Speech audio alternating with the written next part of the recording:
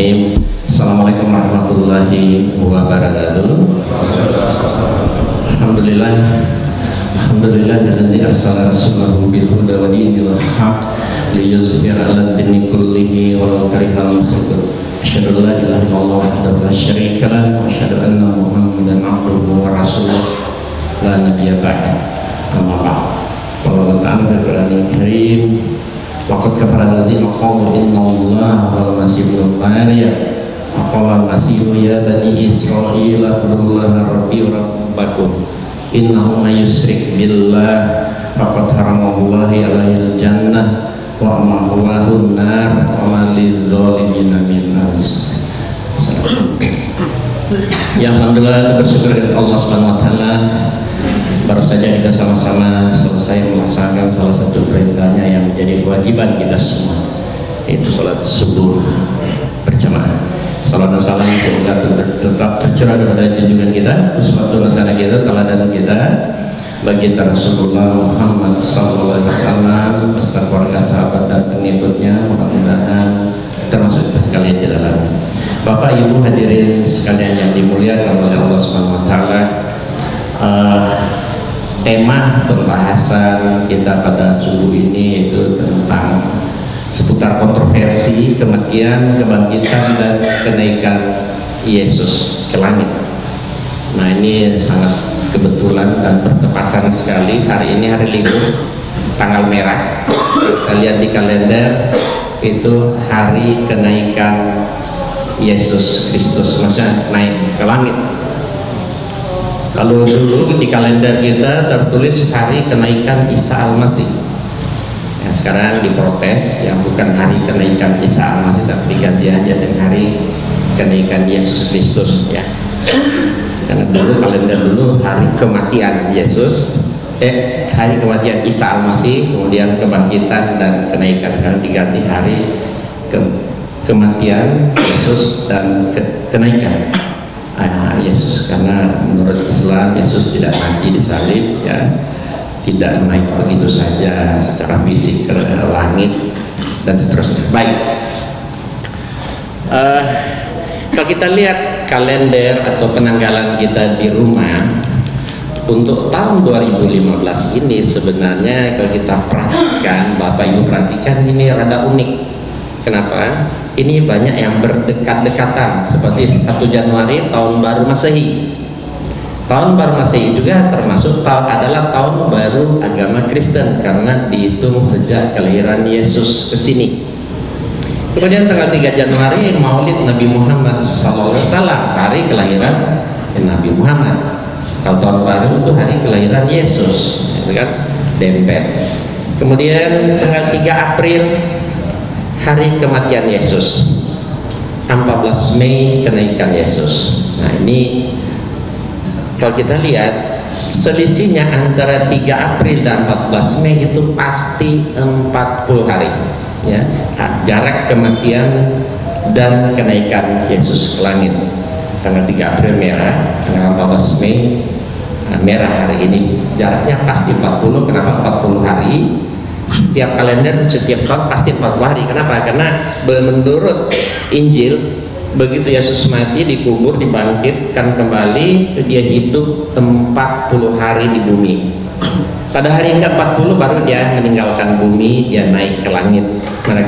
Mereka memperingati hari kenaikan Yesus Kristus. Nah, seperti pada hari ini. Tapi kalau kita lihat dari 14 Mei dan 16 Mei, ini bedanya tipis sekali, ya. Isra Mi'raj Nabi Muhammad SAW, Isra Mi'raj, ya, Rasulullah naik ke langit. Tapi kenaikan Yesus juga naik ke langit. Ini sama-sama naik ke langit, ya. Jadi orang Kristen mengatakan di Kristen juga ada Isra Mi'raj, ya. Karena bedanya Isra, ya, perjalanan di darat. Yesus pernah diperjalankan di darat, yaitu dibawa oleh roh ke padang gurun untuk dicoba iblis. Setelah itu ini naik ke langit. Jadi pernah Isra, itu Isra, sekarang Mi'raj. Yesus naik ke langit. Nah, 16 Mei ya Nabi Muhammad juga naik ke langit. Selisih cuma tipis 2 hari. Kemudian kita lihat di akhir tahun tanggal 24 ini ada 2 kali maulid di tahun ini, ya. 3 Januari maulid Nabi Muhammad SAW, 24 Desember maulid juga Nabi Muhammad SAW, ya, hari kelahiran Nabi Muhammad. Tanggal 5 Desember Natal, hari kelahiran Yesus. Ini lebih mepet, beda sehari kan, dempet, ya. Jadi ini deret-deret, dempet-dempet hari raya umat Kristen dan umat Islam ini pasti akan seru, ya, pada hari-hari tersebut. Baik, kalau kita lihat penanggalan ini, semua yang berwarna kuning, ya, semua yang berwarna kuning ini hari raya non-Muslim, ya, non-Muslim. Walaupun mereka minoritas, tapi di Indonesia yang mayoritas Islam ada toleransi yang tinggi, ya. Walaupun mereka minoritas, tapi hari raya mereka di libur nasional kan tanggalnya merah, ya. Yang putih-putih itu Islam, kebanyakan merah, yang kuning.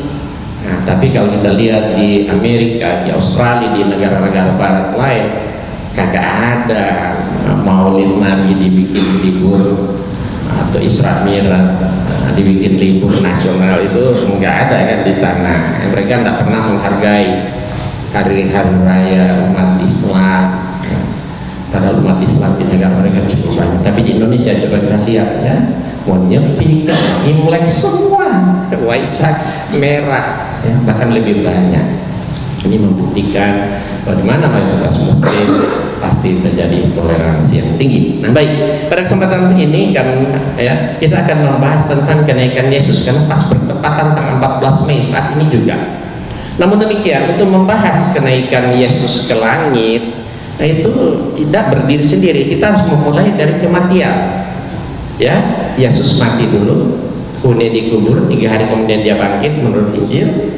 Kemudian setelah itu dia hidup 40 hari, dia naik ke langit. Jadi kematian, kebangkitan, dan kenaikan Yesus ke langit ini merupakan satu paket, ya. Nah, oleh sebetulnya ini sudah kita debatkan di Surabaya di SMA Muhammadiyah Sidoarjo. Pas kebetulan saat itu tahun kemarin itu hari kenaikan kematian dan kenaikan Yesus. Jadi kita bahas di sana, ya. Ini ada 3 lawan 3. Ini ada Pak Masud, ya.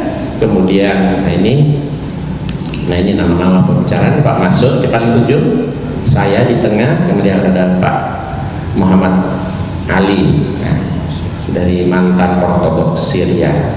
Kemudian di bawah ini ada pendeta Umar Tauhid, ya, pendeta canggih juga, namanya Umar Tauhid, ya. Jadi kalau kita lihat di sini, justru yang terlihat Islami dia ini pendeta. Di atas mimbar debat dia pakai peci, pakai koko, pakai sorban, pakai sarung. Nah, coba kita biasa-biasa saja. Dikira itu yang Kiai Haji, padahal itulah pendeta. Moderatornya unik juga ini. Moderatornya Ustadz Makrus Ali At-Tamimi, yang dulu pernah menghebohkan Indonesia karena dia mengaku mantan habaib, ya Allah, Panglima Laskar Jihad, ketua FPI di Ambon dan sebagainya. Dia hujat Islam di dalam gereja luar biasa, heboh, banyak orang Islam masuk Kristen. Akhirnya karena ternyata dia bohong, diancam oleh Habib Rizik dan Habib Umar Talib waktu itu. Akhirnya dia takut mau dihabisi, dia tobat masuk Islam. Jadi moderator ini mantan pendeta, ya, yang pernah menghebohkan. Akhirnya dia kembali masuk Islam. Kalau tidak, ya mungkin sudah lama dia Kristen. Ini merupakan debat terpanjang, ya, debat terpanjang terlama. Undangan 500, disiapin snack 500, yang datang 3000. Sampai panitia itu kewalahan, itu saking banyaknya yang datang. Dan biasanya kita debat cuma 3 jam, paling lama ini 6 jam. Jadi termasuk debat terlama tentang kematian, kebangkitan, dan kenaikan Yesus ke langit. Baik, pertama kita bahas tentang kematian Yesus dulu. Sebelum kenaikan, awalnya tentu dari kematian. Umat Kristen sangat yakin bahwa Yesus Kristus Allah ke dunia ini dalam rangka mati disalib untuk menebus dosa manusia. Ada satu ayat Injil Yohanes 3:16 yang bunyinya, karena begitu besar kasih Allah akan dunia ini sehingga ia telah mengaruniakan anaknya yang tunggal supaya setiap orang yang percaya kepadanya tidak binasa melainkan memperoleh hidup yang kekal. Ini ajaran kasih Allah. Makanya orang Kristen mengatakan ajaran mereka ajaran kasih. Kalau Islam katanya teroris, kan begitu kan? Nah, ini kasih. Kenapa kasih Allah? Dalam pandangan orang Kristen, ketika Adam makan buah khuldi, buah yang terlarang, dia jatuh dalam dosa. Ya, oleh umat Kristen, semua umat manusia, baik pun yang belum lahir, mungkin dia lahir sudah menanggung dosa. Itu disebut dosa waris, gitu kan? Jadi, karena semua manusia telah berdosa akibat perbuatan Adam, berarti karena berdosa semua bakal terhukum masuk neraka. Saking kasihnya Allah akan dunia ini, maksudnya agar supaya manusia selamat, diutuslah anaknya yang tunggal. Siapa anaknya yang tunggal ini? Yesus Kristus. Diutus kemana? Ke dunia. Untuk apa? Mati menebus dosa. Nah, oleh sebab itu barang siapa percaya akan kedatangan Yesus mati disalib untuk menebus dosa, maka dia akan selamat. Nah, itu dalam pandangan umat Kristiani seperti itu. Karena betul, lihat betapa luar biasa kasih Allah sampai anaknya sendiri ya dikorbankan untuk menebus dosa manusia.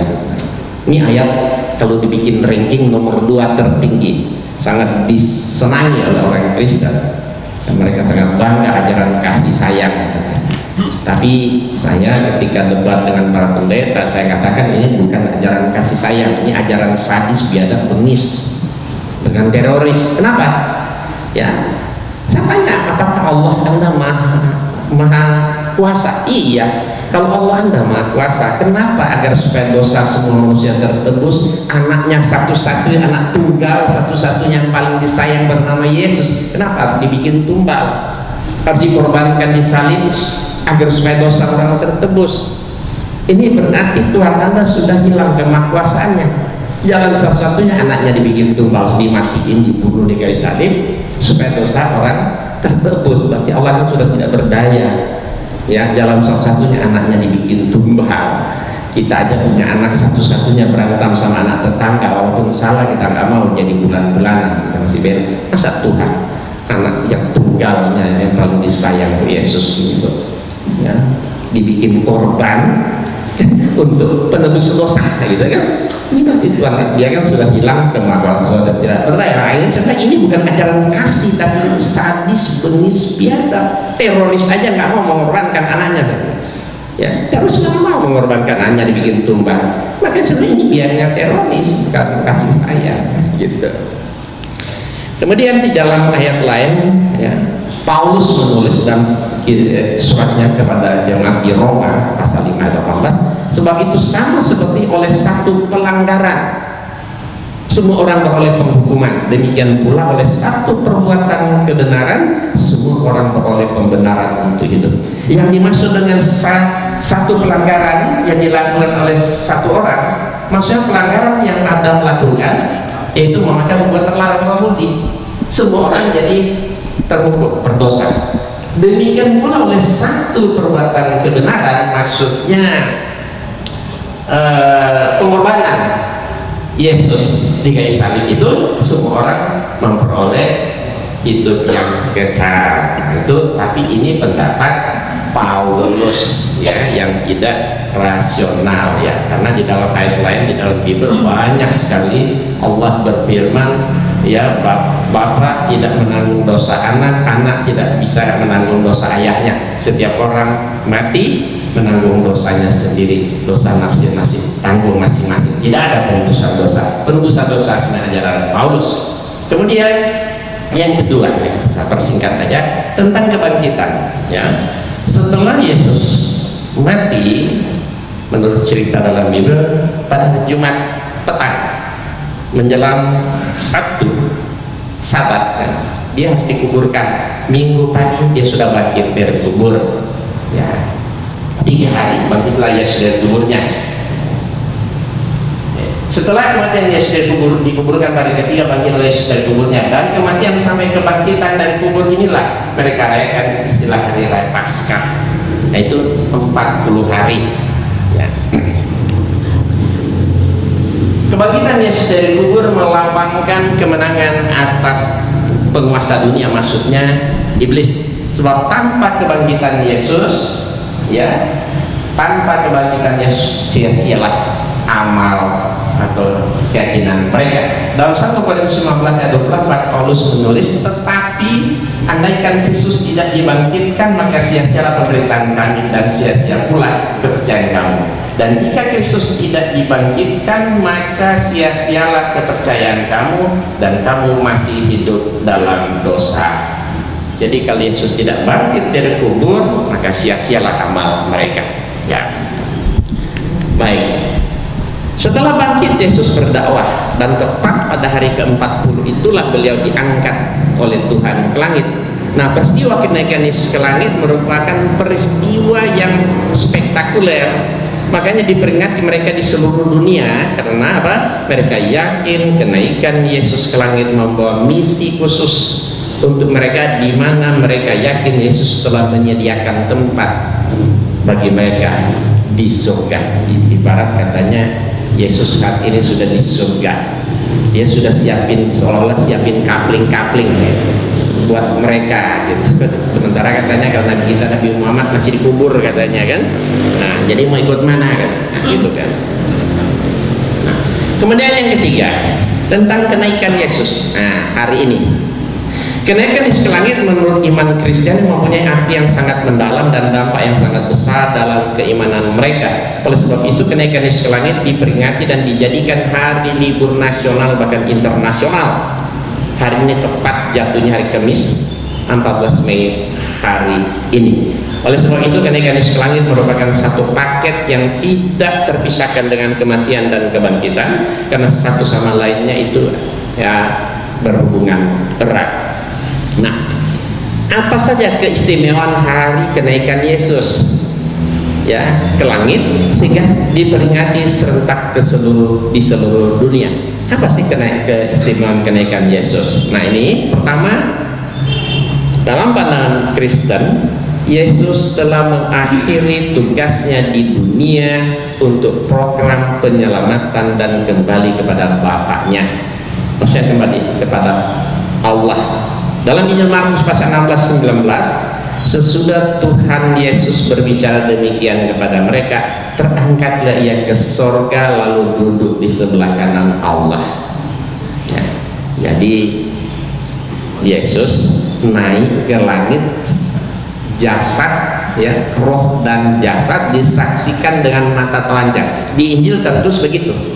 Jadi Yesus setelah dia berbicara, dia naik ke langit pelan-pelan sampai hilang di awan-awan gitu kan. Nah, ini satu peristiwa yang jelas mustahil ya, tapi justru mereka mengatakan yang mustahil itu Isra Mi'raj. Mana mungkin Rasulullah ke Sidratul Muntaha hanya pulang pergi 1 malam gitu ya kan. Itu nggak masuk akal. Untuk sampai kalau 1 bintang memerlukan ribuan tahun cahaya, mana mungkin Rasulullah 1 malam. Nah, lebih tidak mungkin ini, lebih tidak mungkin Yesus naik ke langit secara fisik disaksikan mata ya, sampai saat ini pun belum nyampe ya, berarti iya kan. Nah, berapa sih kecepatan naik begitu saja? Kecepatan cahaya coba 1000-an tahun baru nyampe. Itu baru ke bintang nih, kalau 1 bintang apalagi ke surga ya kan. Berarti kan kenaikan Yesus itu ke langit itu sesuatu yang tidak. Tapi kan Rasulullah bolak-balik ya, kenapa? Karena dia diperjalankan, bukan berjalan sendiri tapi diperjalankan oleh Allah Subhanahu wa Ta'ala. Tapi Yesus naik sendiri begini ke atas, melayang sampai hilang, itu yakin, saya yakin sampai kiamat mungkin tidak nyampe-nyampe dia ini kan. Baik, kedua ya, Yesus meninggalkan pesan-pesan suci atau amanat agung. yaitu perintah untuk membaptis semua bangsa dan memberitakan Injil ke seluruh dunia. Nah, ini ada dua ayat dalam kitab suci orang Kristen, Matius 28 ayat 19 dan Markus 16 ayat 15. Nah, kedua ayat ini disebut oleh orang Kristen amanat agung Yesus Kristus. Kenapa disebut amanat agung? Karena ini perintah suci. Kenapa disebut perintah suci? Karena begitu Yesus berucap seperti ini, dua ayat ini, saat itu beliau terangkat ke langit. Ini kan berarti pesan terakhir. Apa pesan terakhir?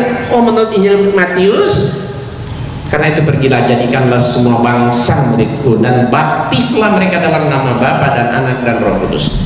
Berarti Yesus memerintahkan untuk membaptis, berarti mengkristenkan semua bangsa di dunia.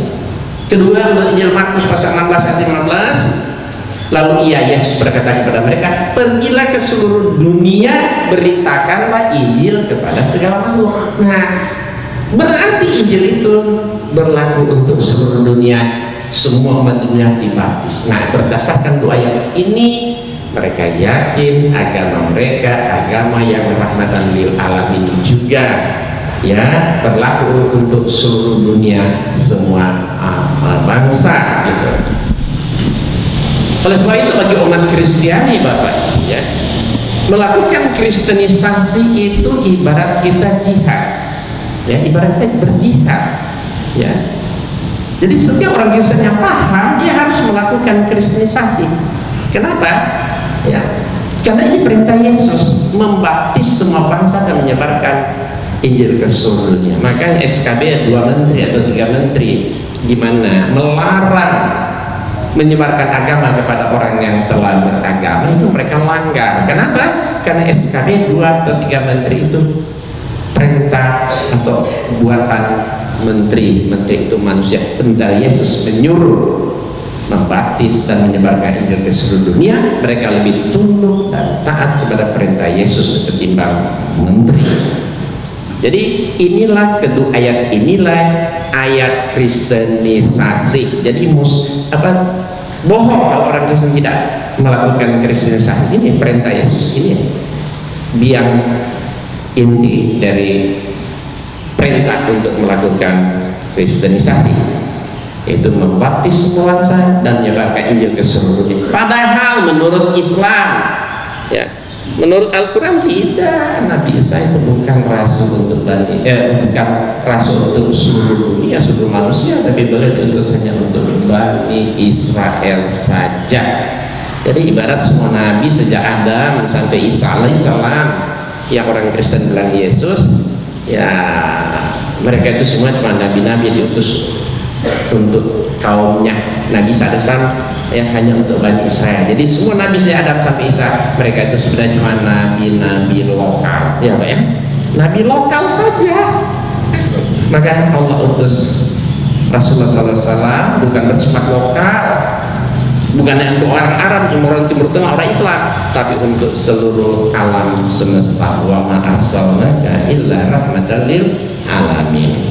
Kemudian yang ketiga, Yesus telah naik ke langit dan telah mempersiapkan tempat di surga bagi mereka. Nah, inilah mereka, ada satu kebanggaan bagi mereka, kenaikan Yesus ini diperingati, ya, di seluruh dunia, karena mereka yakin, kata Yesus, dia telah mempersiapkan tempat bagi mereka di surga. Nah, pada hari kiamat Yesus turun akan membawa mereka, tinggal dimasukkan ke surga, seolah-olah surga itu milik mereka, sudah dikapling-kapling.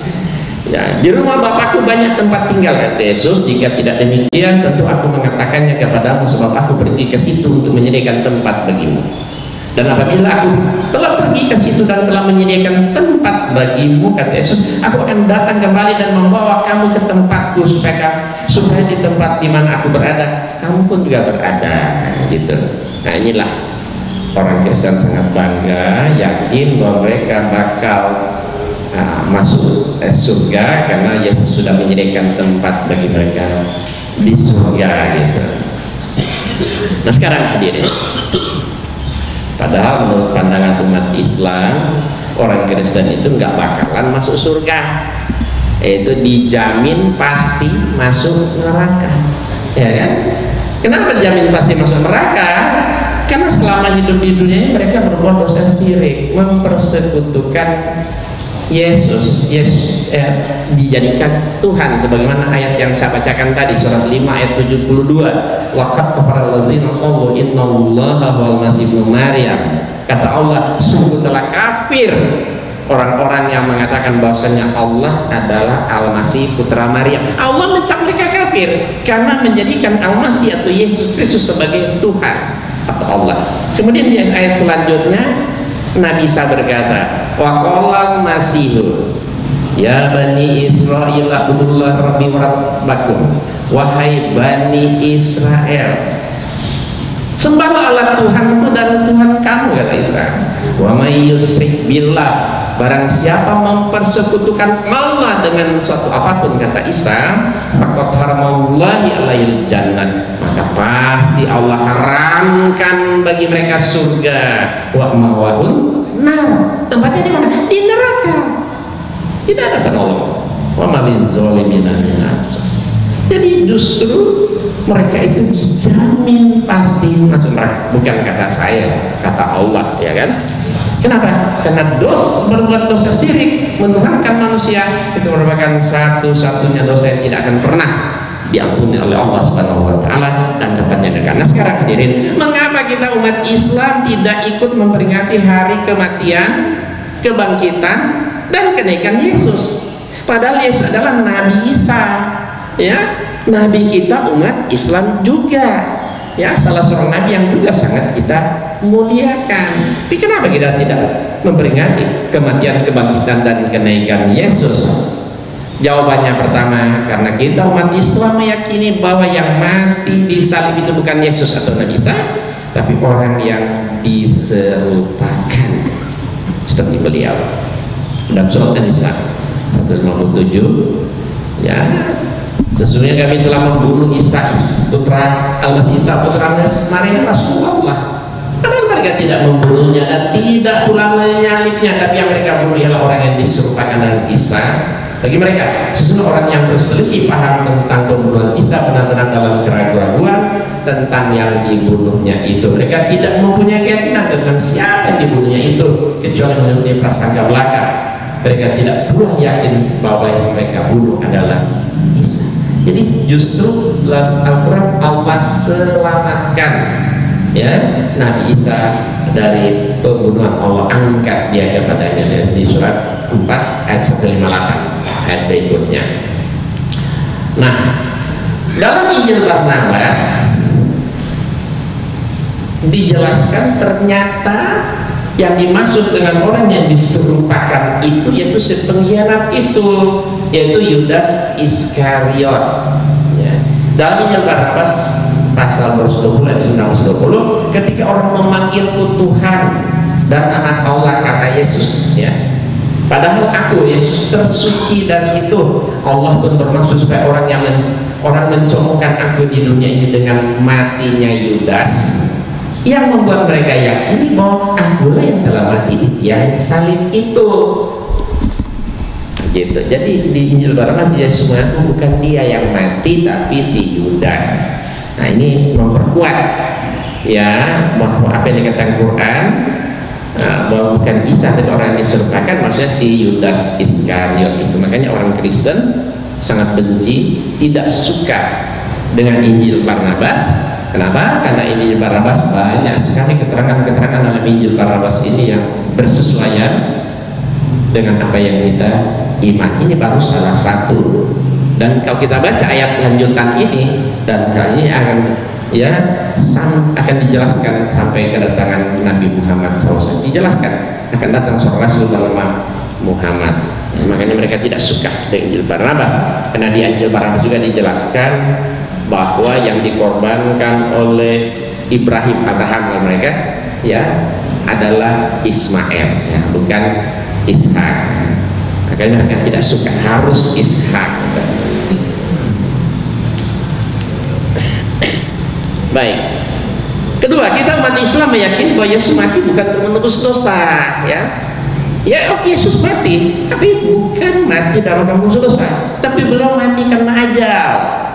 Ya, dalam Al-Imran ayat 185, kullu nafsin za'iqatul maut. Ya, setiap yang berjiwa ya pasti merasakan mati, ya kan? Jadi Nabi Isa itu mati bukan menebus dosa, ya mati karena ajal. Dalam surat kedua ketiga, kita umat Islam meyakini Yesus mati bukan untuk menebus dosa, karena dalam Islam dosa ditanggung masing-masing. Ala taziru waziratun wizra ukhra wa alaysa lil insani illa ma syaa. Bahwasanya tidaklah seorang yang berdosa akan menanggung dosa orang lain, dan bahwa bagi manusia hanyalah apa yang diusahakannya. Jadi pada Islam tidak ada ya tidak ada penebusan dosa. Bahkan anak yang lahir dari seorang pelacur pun tetap anak itu suci, dia tidak menanggung dosa orang tua. Yang berdosa ya orang tuanya, bukan bayi tersebut. Tapi kalau Kristen tidak, baru lahir aja sudah pemikul dosa waris ya, dosa. Jadi dosanya tanggung masing-masing, wajar kita yang berbuat, kita yang bertanggung jawab. Keempat, kenapa kita tidak perlu memperingati hari kematian, kebangkitan, dan kenaikan Yesus? Kita umatnya yakin perintah suci, yaitu amanat agung Yesus Kristus untuk menyuruh membaptis semua bangsa dan menyebarkan Injil ke seluruh dunia, itu tidak benar. Sebab menurut Al-Quran, Nabi Isa atau Yesus diutus hanya bukan untuk seluruh dunia, bukan untuk seluruh manusia, tapi hanya untuk kaumnya, yaitu Bani Israel saja, sebagaimana dalam surat Ali-Imran 48, 49, wa yu'allimul kitaba wal hikmata wa tawrata wal injil wa rasulan ila Bani Israel. Dan dia Allah mengajarkan kepada Isa kitab, hikmat, Taurat, dan Injil, dan menjadi rasul kepada Bani Israel. Dalam Az-Zukhruf juga ayat 59, dan Isa tidak lainnya seorang hamba yang telah kami beri karunia kenabian atasnya, dan kami menjadikannya sebagai teladan bagi Bani Israel. Dan satu lagi di surat As-Saff ayat 6, justru Isa sendiri memberi kesaksian dia diutus untuk Bani Israel, dan akan datang seorang rasul penggantinya, penerusnya, itu Nabi Muhammad. Wa isqala Isa bin Maryam ya Bani Israil inni rasulullah ilaikum musaddiqan lima baina yadayya minat taurat wa mubassiran bi rasuliyya min ba'di Ahmad. Dan ingatlah ketika Isa putra daripada Bani Israel, sesungguhnya aku adalah utusan Allah kepadamu. Kepadamu siapa? Maksudnya Bani Israel, membenarkan apa yang sebelumnya dari Taurat, memberi kabar gembira dengan datangnya seorang rasul yang akan datang sesudahku, namanya Ahmad. Ahmad ini nama lain dari Nabi kita, yaitu Muhammad SAW. Kemudian yang kelima, kita umat Islam meyakini kenaikan Yesus ke langit bukan untuk menyediakan tempat di surga bagi mereka, tapi beliau diangkat ke langit hanya kembali kepada penciptanya, yaitu Allah Subhanahu wa Ta'ala. Sebelumnya surat Al-Imran ayat 55, ingatlah ketika Allah berfirman, hai Isa, sesungguhnya aku akan menyampaikan kamu kepada akhir ajalmu, ya kan? Dan mengangkat kamu kepadaku, serta membersihkan kamu dari orang-orang kafir, dan menjadikan orang yang mengikuti kamu di atas orang-orang kafir hingga hari kiamat, dan seterusnya. Jadi Allah mengatakan aku akan menyampaikan kamu berakhir ajal. Berarti Isa mati dulu baru diangkat oleh Allah. Jadi yang naik ke langit itu ruh Isa. Jadi Isa betul-betul mati, tapi bukan mati disalib, ya, apalagi untuk menebus dosa. Nah, berdasarkan Al-Quran tersebut, Nabi Isa artinya mati, ya, tapi bukan disalib, ya, dan ruhnya diangkat oleh Allah Subhanahu Wa Taala, karena semua manusia tanpa terkecuali akan kembali kepada penciptanya, ya, tanpa terkecuali semua akan kembali kepada penciptanya, itu Allah Subhanahu Wa Taala. Nah, hadirin, karena umat Kristiani menganggap Yesus itu Tuhan,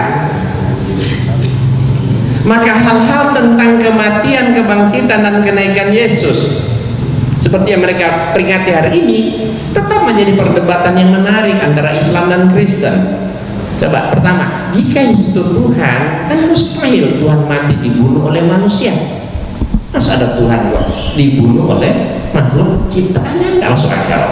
Kedua, jika Yesus itu Tuhan, mustahil iblis bisa mengalahkan Tuhan, Kemudian yang ketiga, jika Yesus itu Tuhan, ya siapa yang berani mencabut nyawa Tuhan? Ya kan? Keempat, jika Yesus Tuhan, siapa yang mengendalikan alam semesta ini ketika dia dikubur selama 3 hari 3 malam dalam tanah? Kemudian kelima, jika Yesus itu Tuhan, mengapa ketika disalib dia berteriak, Eli, Eli lama sabachthani, Tuhan, Tuhan, mengapa engkau meninggalkan aku? Kalau Yesus Tuhan, ya Tuhan mana ya yang dipanggil? Kalau memang dipersiapkan mati disalib untuk menebus dosa, logikanya dia harus pasrah, ikhlas, rela, ya kan? Tidak perlu dia berteriak minta tolong. Kenapa dia berteriak minta tolong sama Tuhannya? Karena dia tidak dipersiapkan mati untuk disalib untuk menebus dosa. Nah, kalau yang berteriak-teriak minta tolong, Tuhan, Tuhan, mengapa engkau meninggalkan aku? Kalau Yudas, si pengkhianat itu yang berteriak, wajar. Kenapa dia minta tolong kepada Tuhan? Karena dia bukan Tuhan, itu kan? Tapi kalau Yesus Tuhan, tidak mungkin. Tuhan mana lagi kan dipanggil? Kemudian yang ketujuh, jika Yesus Tuhan, mengapa justru Tuhan yang berkorban untuk manusia? Ya, mestinya manusia yang berkorban untuk Tuhan, terbalik. Maka kita lihat kan, seperti ini pendapat William Elisha. Beliau mengatakan, dia seorang pujangga, ya, pengorbanan itu harus manusia yang melakukan untuk Tuhan, bukan Tuhan untuk manusia. Jika Yesus itu Tuhan, mengapa justru Tuhan yang berkorban untuk manusia? Ini tidak masuk akal sehat, ya kan? Sebab apa? Tuhan dapat saja mengampuni dosa-dosa manusia dengan tidak menggunakan kekerasan dan cara-cara yang keji. Ini bagus benar, ya, bagus sekali pendapat beliau ini. Padahal dia non Muslim. Sosialus. Nah, jika pengorbanan Yesus adalah mutlak dan tak terbatas meliputi segalanya, maka manusia boleh bebas sepenuhnya berbuat sesuka hatinya. Dan jika doktrin penebusan dosa itu benar, maka hukum Tuhan tidak lagi berlaku mengikat hamba-hambanya, karena hukuman atas segala dosa telah dibayar oleh Yesus, kan? Iya kan? Hukum itu sudah tidak berlaku lagi, tidak mengikat, karena kalau sudah dibayar oleh Yesus. Lagi, Kristus tidak mungkin memberikan penebusan dosa yang infinite, maksudnya tidak terbatas, terhadap dosa seluruh manusia. Karena menurut Injil dia menderita disalib hanya dalam waktu singkatnya. Ini menurut Injil, kan sebentar aja dia menderita. Betapa besar pun penderitaan yang singkat itu tidak punya arti bila dibandingkan dengan penderitaan abadi yang mungkin ditanggung manusia. Apabila dikatakan penderitaan yang ditanggung oleh Yesus lebih besar karena tak terbatas, ya sebagai Tuhan tentu penderitaan yang ditanggung Yesus itu relatif kecil, bahkan sama sekali nggak ada arti. Tuhan mau dicincang, mau sampai digiling sampai halus, ya Tuhan nggak merasa. Dia bisa menciptakan lagi dirinya, kan? Nggak ada arti. Ya Tuhan mau disesatkan, ya Tuhan, ya kan? Ya ada artinya, relatif kecil, bahkan tidak ada arti sama sekali. Dan dalam Injil, hadirin, tidak terdapat satu ayat pun di seluruhnya, tidak ada satu ayat di mana Yesus berkata, pergilah, berbuatlah dosa sesuka hati kalian, nanti kamu dapat pikulkan semua itu kepada aku. Nggak ada. Yang ada justru Yesus katakan, jangan berbuat dosa lagi. Nah ini ketika saya debat dialog dengan orang Kristen, saya bilang, masa ente, saya bilang, ya, orang Kristen, saya bilang, ente bawa wanita, bawa perempuan ke hotel, main di hotel, keluar suruh Yesus yang bayarin, enak banget lah, ya kan? Nah, ente berzina di hotel dengan perempuan, keluar suruh Yesus yang bayarin, ya, iya nggak masuk akal kan? Iya ya, dia bilang, iya ente tanggung dosanya, ente berbuat, iya dah. Masa suruh Yesus yang bayarin? Ini sama sekali tidak masuk. Akhirnya dia bisa menyadari, benar juga. Iya, makanya dosa itu tanggung masing-masing lah. Kalau semua dosa ditanggung oleh Yesus, nggak ada artinya kita berbuat baik selama hidup di dunia. Nggak artinya tidak ada artinya kita beramal soleh selama hidup di dunia. Kalau ujungnya sama-sama masuk surga, ya kan? Buat apa kita puasa Ramadan 30 hari nahan haus cobaan godaan? Kalau ujungnya sama-sama surga. Buat apa kita pakai jilbab? Mahkota rambut tidak terlihat, panas, gerah. kalau ujungnya sama-sama masuk surga. Buat apa kita sholat 5 waktu sehari? Sehari 5 waktu, seminggu 35 kali, 7 kali 5, 35 kali. Itu baru sholat wajib, belum sholat sunat. 35 kali kita sholat seminggu.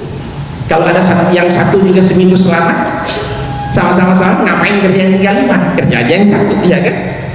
Ya kalau semua agama benar, sama dan selamat, tentu kita cenderung memilih agama yang paling ringan resikonya. Kedua, kita akan cenderung memilih agama yang paling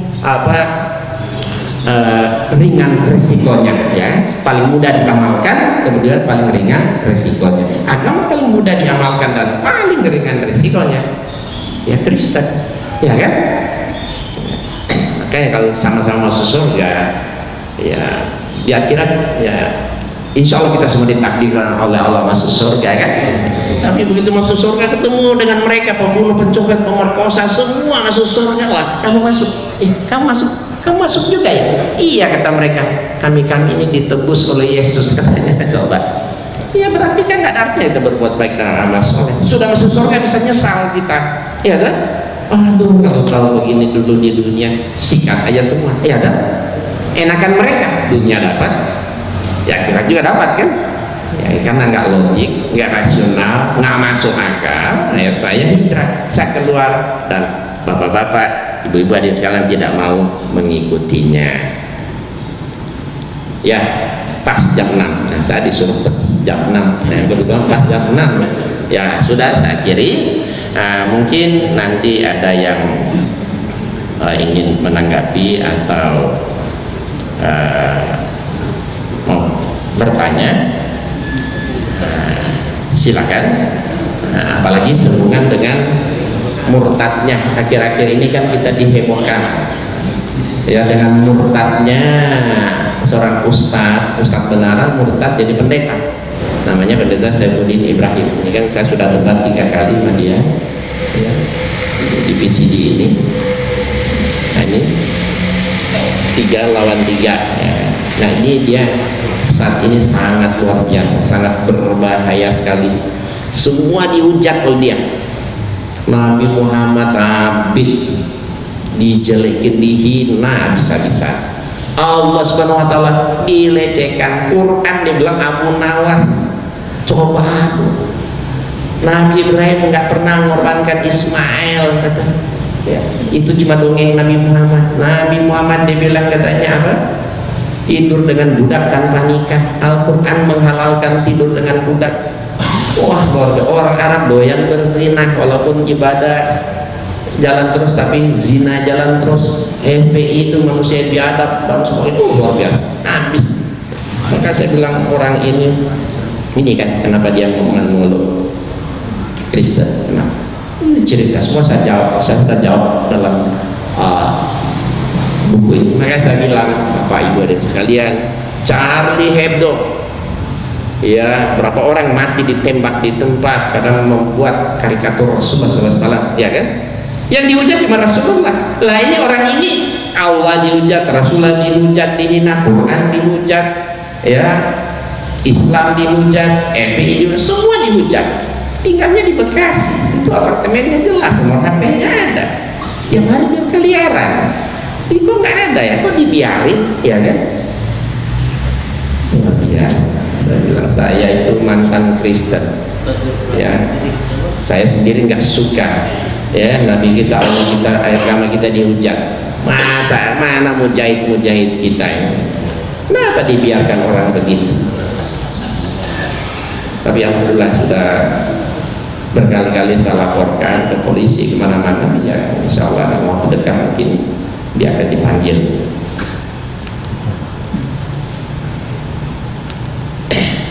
Ini anaknya 3, namanya Fikri Khomeini, kemudian tengah Saddam Hussein, nah ini Muammar Gaddafi, ya. Siapa yang nggak kenal Khomeini, Saddam Hussein dan Muammar Gaddafi? Bapaknya malah murtad, jadi pendeta.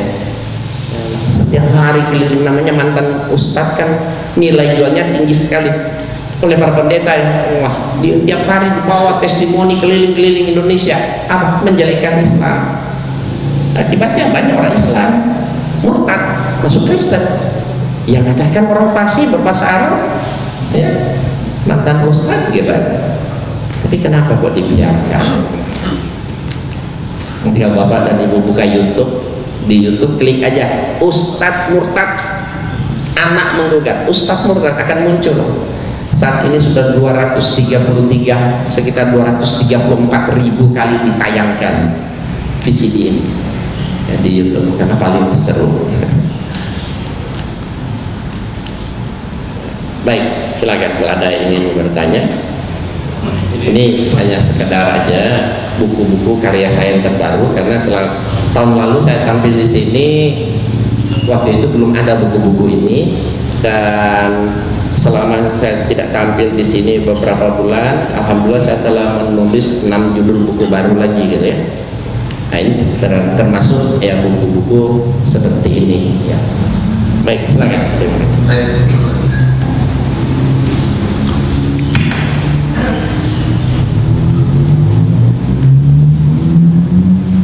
Assalamualaikum warahmatullahi wabarakatuh. Pak Ustadz yang dimuliakan Allah, ya. Syukur alhamdulillah kita semua telah diberi hidayah oleh Allah untuk mengikuti agama Allah, agama Islam, agama yang paling sempurna, yang menyempurnakan ajaran-ajaran agama sebelumnya. Kita harus bersyukur untuk itu. Kita beriman, dan Allah tidak bakalan rugi walaupun dihujat oleh makhluknya seluruh dunia. Karena bagi Allah itu sudah memberi jalan, bagi umatnya dua jalan, jalan benar dan jalan sesat. Siapapun yang menghujat Allah itu urusannya. Yang penting kita jaga keimanan kita. Kami melihat bahwa kitab suci yang ada sekarang pada agama yang Bapak ceritakan tadi itu tidak lain hanyalah dongeng-dongeng belaka. Karena itu bukan firman Allah dan bukan dari Isa Al-Masih. Itu adalah tulisan-tulisan murid-murid Isa. Pertanyaan kami, mampukah Bapak menyampaikan kepada umat, baik umat Kristen, Yahudi maupun Islam, bahwa itu bukan kitab suci, bahwa itu adalah dongeng-dongeng yang ditulis oleh manusia, yang ditulis oleh murid-murid Nabi Isa. Itu satu pertanyaan. Terus perlu juga Pak Ustadz kami sampaikan bahwa pada saat Belanda masuk ke Indonesia sangat berambisi mengkristenkan Indonesia.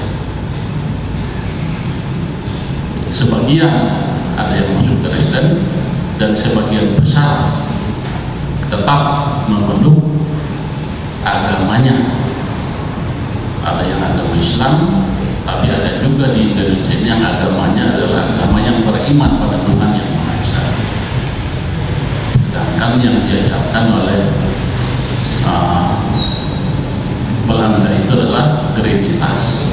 Pertanyaan kami, karena Indonesia atau suku-suku di pedalaman tidak menerima Trinitas ini, sebenarnya Trinitas yang mengajarkan mereka ini percaya pada Tuhan tiga atau memang Tuhan itu tiga, salah satunya Isa. Terima kasih. Assalamualaikum warahmatullahi wabarakatuh. Ya, baik. Pertama, yang kedua dulu. Ya, pada dasarnya ya Tuhan mereka Esa awalnya, ya kan? Tapi dalam perjalanannya ini kan berubah. Nah, semua nabi pasti mengajarkan tauhid. Nabi Isa alaihissalam dia mengajarkan tauhid. Banyak ayat-ayat dalam Injil mereka, baik perjanjian lama maupun perjanjian baru, Tuhan itu Esa. Kata Yesus dalam Yohanes 17 ayat 3, inilah hidup yang kekal itu, yaitu bahwa mereka mengenal Engkau satu-satunya Allah yang benar dan mengenal Yesus Kristus yang Kau utus. Nah, inilah sadatain yang diajarkan oleh Yesus dalam Injil. Allah satu-satunya, dia hanya diutus. Berarti utusan Allah. Tapi saya orang Kristen tidak amalkan. Kalau orang Kristen amalkan, menjadikan Allah satu-satunya, Yesus hanya utusan. Beda Islam dan Kristen tentu tipis ya. Tapi sayangnya saat ini agama mereka telah berubah. Tapi sejak kapan? Itu sudah lama, dan baru ini. Jadi awalnya ajaran semua nabi pasti tauhid. Ya, nanti pada tahun 325 Masehi, Pak ya, baru ada duinitas, dua Tuhan. Isa atau Yesus itu diangkat jadi Tuhan melalui satu konferensi namanya Nisea pada tahun 325 Masehi. Sementara Yesus mati tahun 29 Masehi. Menurut Kristen, Yesus mati tahun 29. Yesus diangkat jadi Tuhan pada konferensi Nisea. Konferensi itu ibarat kita muktamar, ya. Muktamar kumpul pada petinggi agama, ulama. Pada saat itu diputuskan diangkat Yesus jadi Tuhan. Jadi Yesus diangkat jadi Tuhan oleh manusia. Terjadilah duinitas. Nah, pada tahun 381 ada sebut nama satu konferensi namanya Kalkedon. Pada saat itu Roh Kudus diangkat jadi Tuhan. Nah, jadi Yesus diangkat jadi Tuhan, Roh Kudus jadi Tuhan oleh manusia. Jadi Yesus diangkat jadi Tuhan tahun 325, Roh Kudus diangkat jadi Tuhan tahun 381. Artinya 300 tahun lebih setelah kematian Yesus baru ada ajaran Trinitas tersebut. Jadi Trinitas itu adalah buatan manusia. Makanya kan tadi saya katakan itu kan Allah berfirman laqad kafara alladziina qalu innallaha wal masih ibnu Maryam. Sungguh telah kafir orang-orang yang mengatakan bahwasanya Allah adalah Al-Masih putra Maryam. Surat 572. Surat 573 sambungannya laqad kafara alladziina qalu innallaha salah. Ya kan, sesungguhnya telah kafirlah orang-orang yang mengatakan bahwasanya Allah salah satu dari yang tiga. Kafir. Maka Allah mencap mereka kafir dan tempatnya di neraka.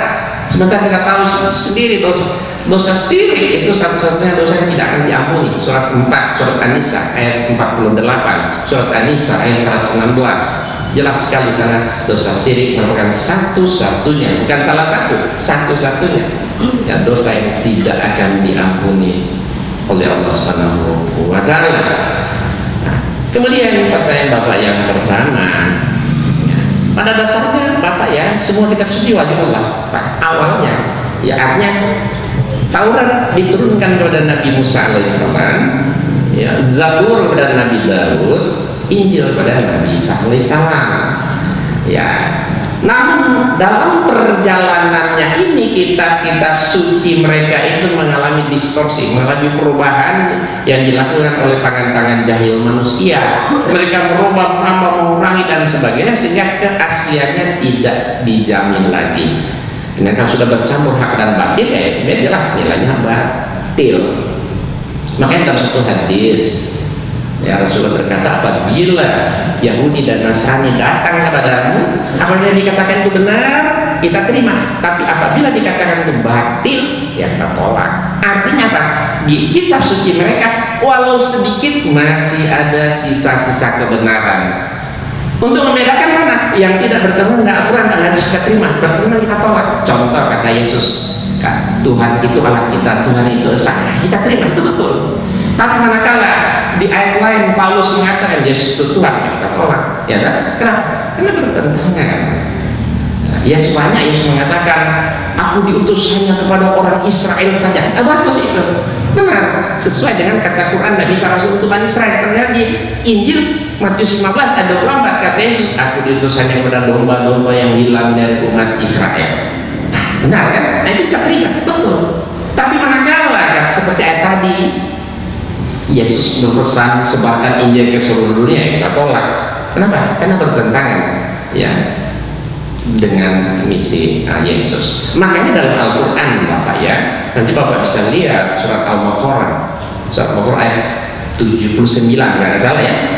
Itu kan ada Allah berfirman, Bismillahirrahmanirrahim, fawailul lil ladzina yaktubuna al-kitaba bi aydihim tsumma yaquluna hadza min indillah yastaru bi tsamanin qalilan fawailul lahum mimma katabat aydihim wa wailul lahum mimma yaksibun. Maka kecelakaan besarlah orang-orang yang menulis Alkitab dengan tangan mereka lalu dikatakan ini dari Allah untuk memperoleh keuntungan yang sedikit atas perbuatan itu, maka kecelakaan besar akibatkan apa yang mereka lakukan. Sampai 3 kali Allah mengulang kecelakaan besar. Ya, mereka menulis Alkitab, kemudian mereka mengaku-ngaku ini dari Allah. Ya, berarti Alkitab mereka sudah banyak campur tangan tulisan-tulisan manusia, sehingga keasliannya tidak terjamin. Dalam pandangan Islam bercampur antara hak dan batil, ya batil. Jadi mereka semua batil. Satu-satunya kita yang tetap terpelihara sejak dulu sampai saat ini, bahkan sampai kiamat, ya tinggal Al-Quran. Inna nahnu nazzalna dzikra wa inna lahu lahafizun. Sesuai kami yang menurunkan Al-Quran, sesuai kami pula yang menjaga. Ini bisa dibuktikan, bisa dites gitu. Maka saya buat satu buku berhadiah BMW itu kan, kalau ada orang Kristen hafal 1 lembar ayat Injil, saya kasih hadiah mobil BMW. 1 lembar ayat Injil bolak-balik asal pasti di ada orang Kristen atau pendeta apa? Enggak ada.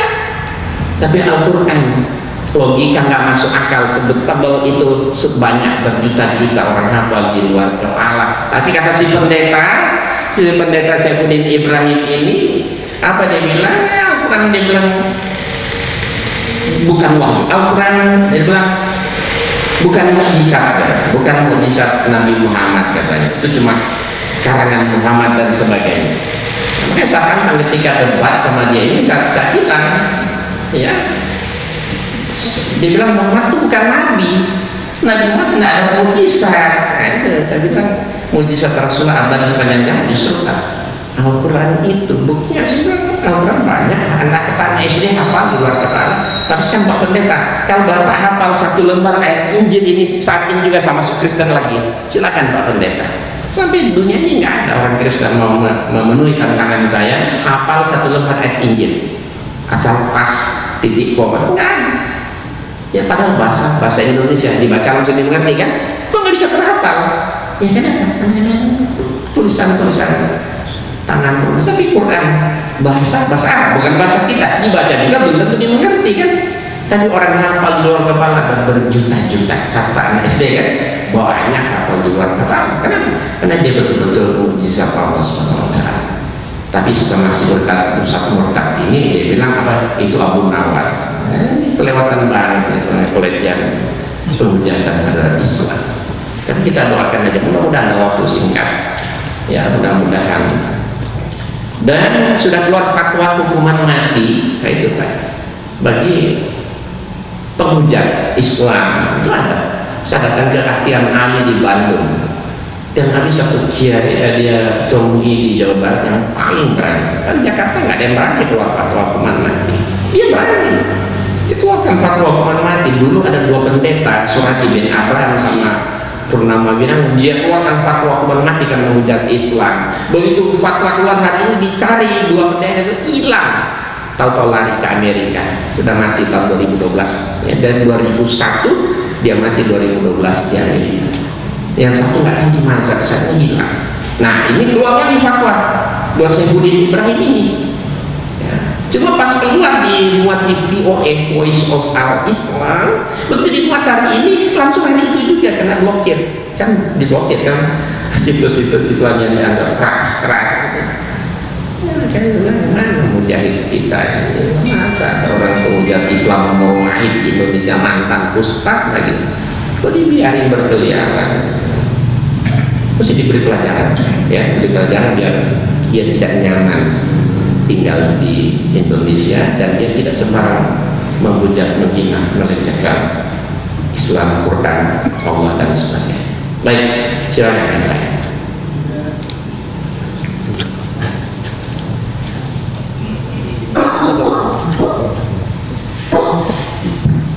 Assalamualaikum warahmatullahi wabarakatuh. Waalaikumsalam. Ustaz, saya ingin bertanya terkait dengan tadi Injil Barnabas, itu perbedaannya apa saja sehingga tadi menjadi referensi Ustaz dibandingkan dengan Injil-Injil yang lain. Kemudian yang kedua, apabila tadi yang Ustaz sampaikan yang konferensi tahun 325 dan 381 itu ditulis merupakan hal yang menarik yang bisa menggoncangkan keimanan umat Kristen. Terima kasih. Baik, itu sudah Pak, sudah saya tulis. Ya alhamdulillah selama saya masuk Islam, saya telah menulis buku lebih kurang 50 judul ya.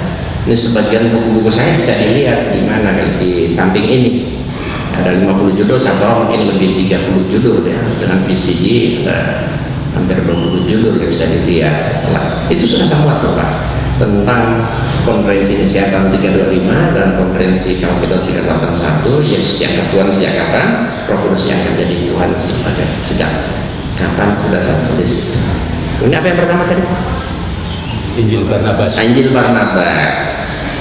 Barnabas ini ke dalam Bible mereka salah seorang pengikut Yesus yang setia dan dia selalu dipenuhi Roh Kudus. Namanya orang dipenuhi Roh Kudus berarti orang dalam bimbingan Allah. Ya. Justru Injilnya tidak terpakai karena yang diakui dunia Injil itu sebenarnya cuma 4, Matius, Markus, Lukas, Yohanes. Selain pada itu sudah tidak diakui. Kenapa mereka tidak mengakui Injil Barnabas? Karena seperti saya bilang tadi, kandungan Injil Barnabas ini banyak sekali yang bersesuaian. Nah, sebentar saya perlihatkan ya. Sebentar. Injil Barnabas.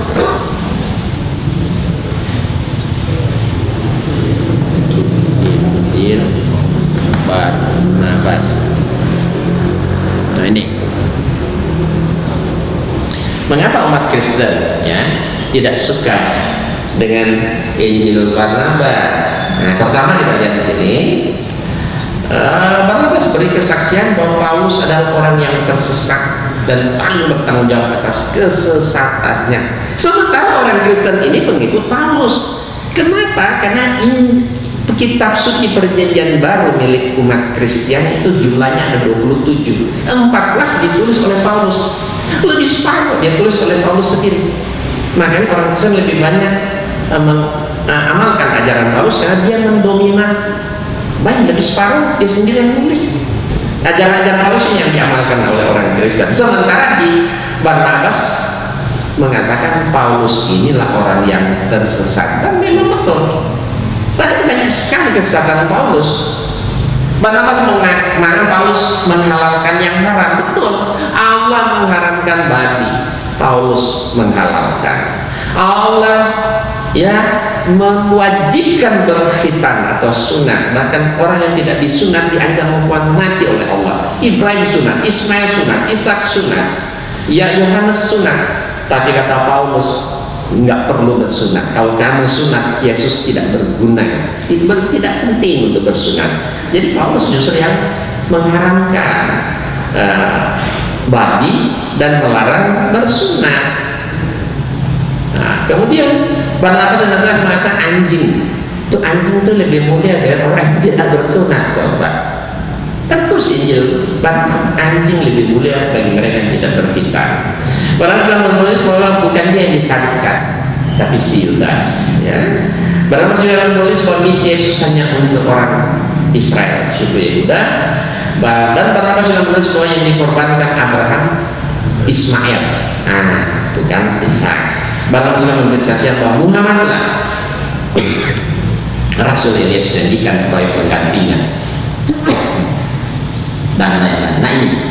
Ini faktor seperti ini yang membuat orang Kristen sangat tidak suka. Jadi kalau kita mau beli Injil Barnabas, jangan cari di toko buku Kristen, kalau ada dibakar, di toko buku Islam. Ya, ada dijual Injil Barnabas ini. Tapi bagaimanapun Bapak Ibu ya, Injil Barnabas ini tetap bukan Injil asli. Karena Injil asli manapun sudah tidak ada. Hanya saja Injil Barnabas ini lebih mendekati kepada aslinya karena banyak bersesuaian dengan apa yang kita imani dalam Quran. Jadi keterangan dari Injil Barnabas ya paling tidak ikut membantu kan dalam dakwah kita untuk membuktikan kebenaran dan kesesatan, kebenaran Islam dan kesesatan ajaran mereka. Tapi ini tetap juga bukan Injil yang asli, karena Injil asli sudah tidak ada lagi. Baik, yang lain. Assalamualaikum warahmatullahi wabarakatuh. Ustaz mengenai niatnya Isa Al-Masih. Semonoren apa yang saya tahu kan kemudian nanti kan Isa Al-Masih akan turun lagi ke bumi untuk menghadapi untuk menjadi hakim. Ya, untuk Dajjal. Bisa sendiri bagaimana artinya dengan yang tadi yang dikatakan bahwa sebenarnya Isa Al-Masih itu sudah wafat atau memang diangkat dan kemudian turun ke bumi, kemudian melawan Dajjal baru kemudian meninggal. Iya. Jadi ini ada dua versi. Ada yang mengatakan Isa Al-Masih masih hidup di langit karena beliau diangkat roh dan jasad.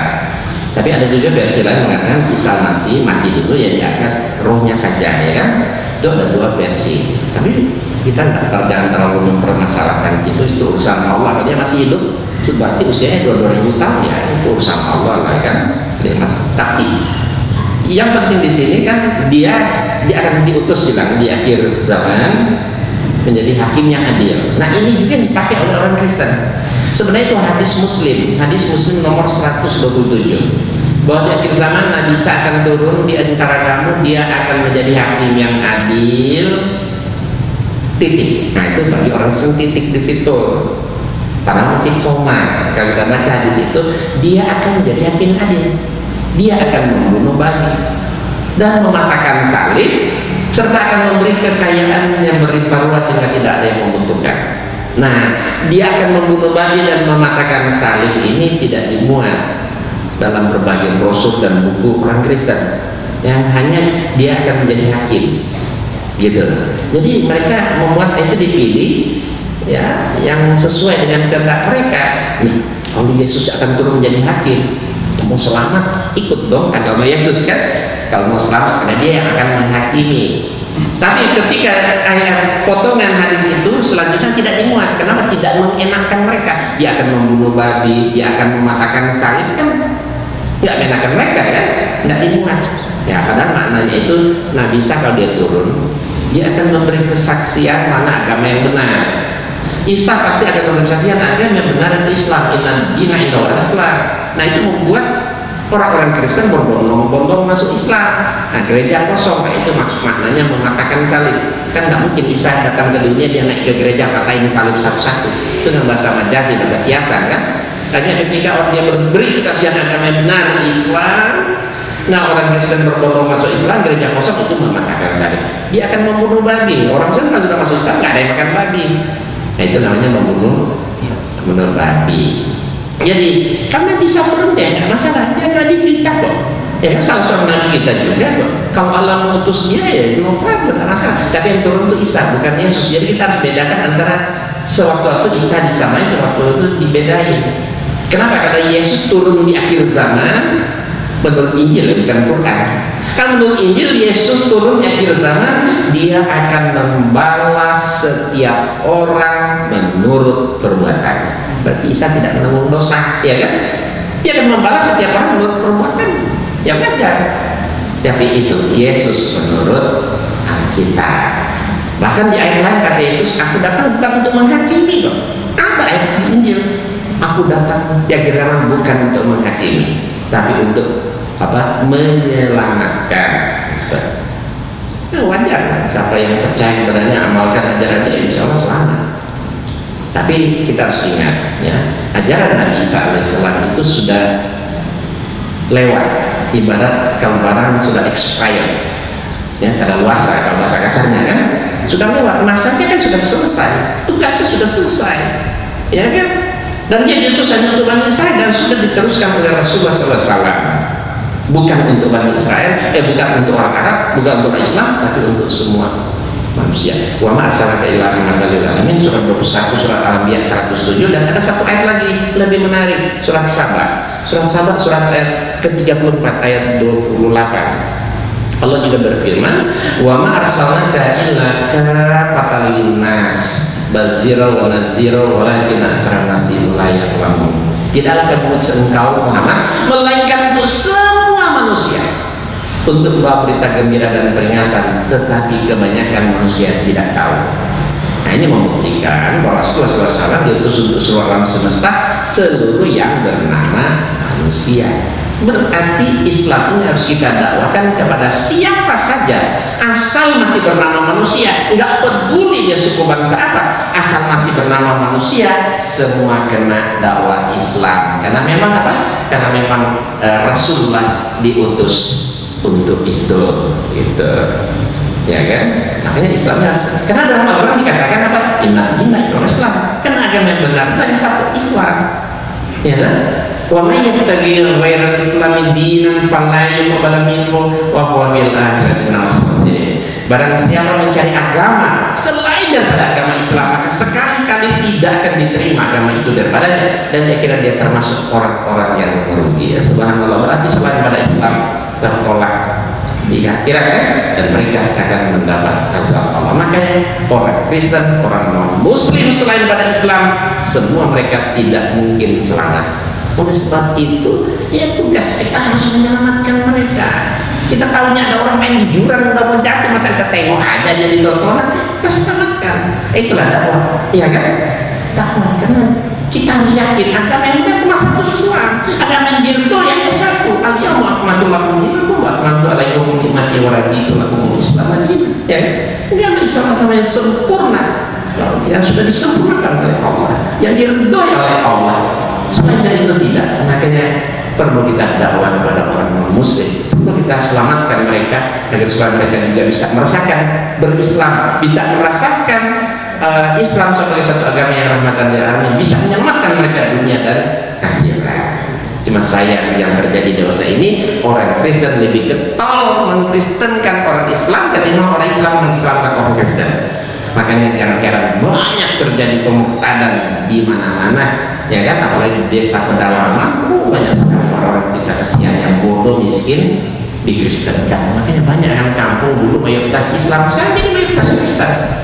Tidak pernah kita dengar dulu kampung itu mayoritas Kristen, sekarang sudah jadi Islam. Hampir tidak pernah. Yang sering kita dengar dulu mayoritas Islam, sekarang jadi mayoritas Kristen. Ya kan mereka sangat yakin akan kebenaran agama mereka. Ya, mereka mendakwakan Kristen bagi mereka itu melaksanakan amanat agung tadi, perintah suci, jihad. Padahal menurut kita sesat. Kalau ada agama nabinya dibikin Tuhan, agama apa saja nggak usah sebut namanya, agamanya nabinya diangkat jadi Tuhan, pasti agama itu agama sesat, ya kan? Atau ada nabi mengaku dirinya Tuhan, berarti nabi itu apa? Palsu, iya kan? Palsu. Nah, tapi hadirin, Nabi Isa alaihissalam Yesus bukan nabi palsu, dia nabi benaran. Bahkan salah seorang nabi yang sangat kita muliakan. Yang nggak benar mereka yang menuhankan beliau, ya kan? Orang-orang yang menuhankan beliau inilah yang tersesat. Nah, makanya perlu kita dakwahi, selamatkan orang-orang yang tersesat. Bagi mereka kita anggap mereka itu domba-domba tersesat, tapi jangan lupa mereka juga menganggap kita ini domba-domba yang sesat, ya kan? Bagi orang Kristen kita ini domba-domba tersesat. Makanya mereka perlu mengadakan penyelamatan, program penyelamatan itu kristenisasi. Jadi kristenisasi itu dalam rangka untuk menyelamatkan domba-domba yang tersesat. Kita ini jangan domba yang tersesat. Kenapa? Karena kita tidak percaya Yesus itu Tuhan. Karena menurut orang Kristen, setiap orang yang tidak percaya kepada Yesus sebagai Tuhan itu tidak akan selamat. Jadi menurut mereka kita tidak akan percaya Yesus Tuhan, berarti kita tidak selamat. Kita ini dianggap domba yang tersesat yang perlu mereka kristenkan. Makanya mereka harus melakukan apa disebut kristenisasi. Baik, masih. Baik, saya cukup dulu, sudah 6:30. Nanti kita lanjutkan secara informal aja Pak. Mudah-mudahan sudah masih ada waktu, karena banyak antara teman-teman yang ada urusan lain. Yang kita tutup dulu.